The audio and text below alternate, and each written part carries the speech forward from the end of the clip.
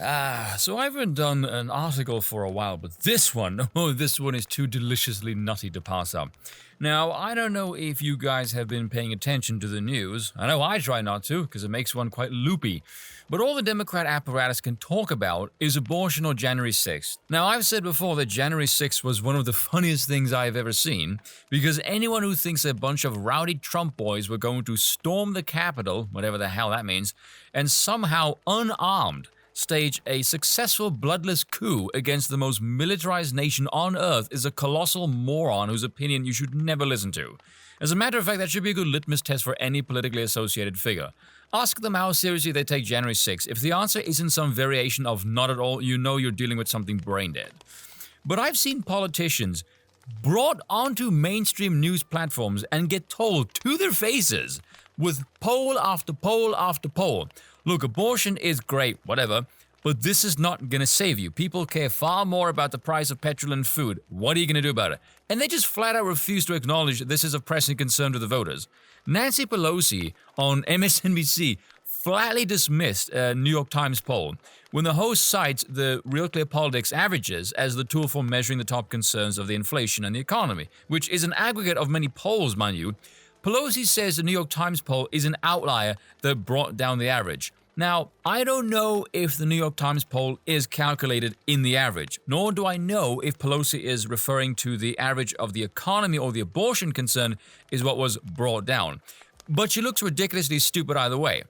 A, if she meant the so-called outlier New York Times poll brought down the economy or inflation as an average, it would mean that indeed that poll was an outlier because other issues were ranked of higher concern, hence bringing down that average, which would prove her point, so why dismiss its outlier status?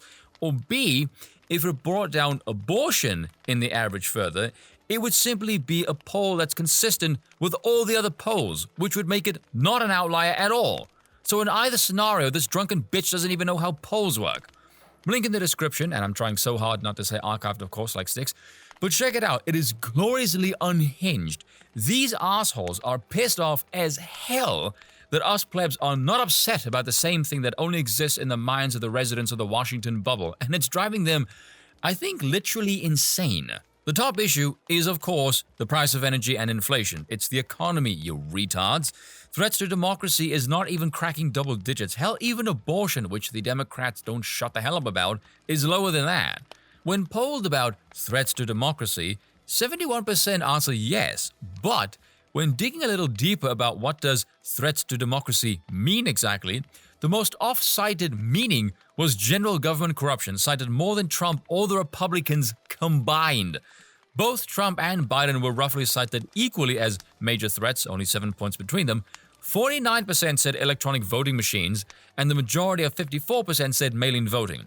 However, the strongest bipartisan support for a threat to democracy is the mainstream media, with a whopping 83% saying the mainstream media is the threat to democracy, and 54% consider it a major threat.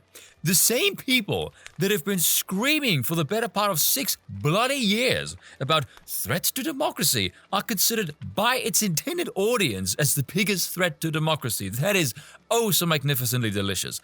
Am I surprised by this? No, because during the Trump years, the mainstream media decided its main goal was to make money and milk the Trump bump for every damn dollar it could get and destroyed their credibility by lying through their teeth.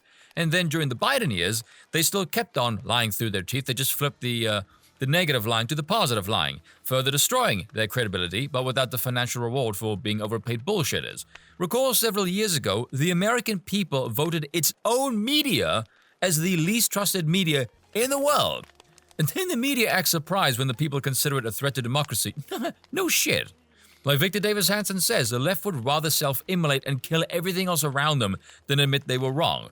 So Republicans, for the love of all that is sane and holy, do not screw this up. This is your best chance to end this party stone dead. Because they're not going to stop being stupid. They could do that already, and they won't. So for the sake of saving your republic, you have to put these people out of business permanently. And that is all for today. Thanks for watching, and I will see you all next time.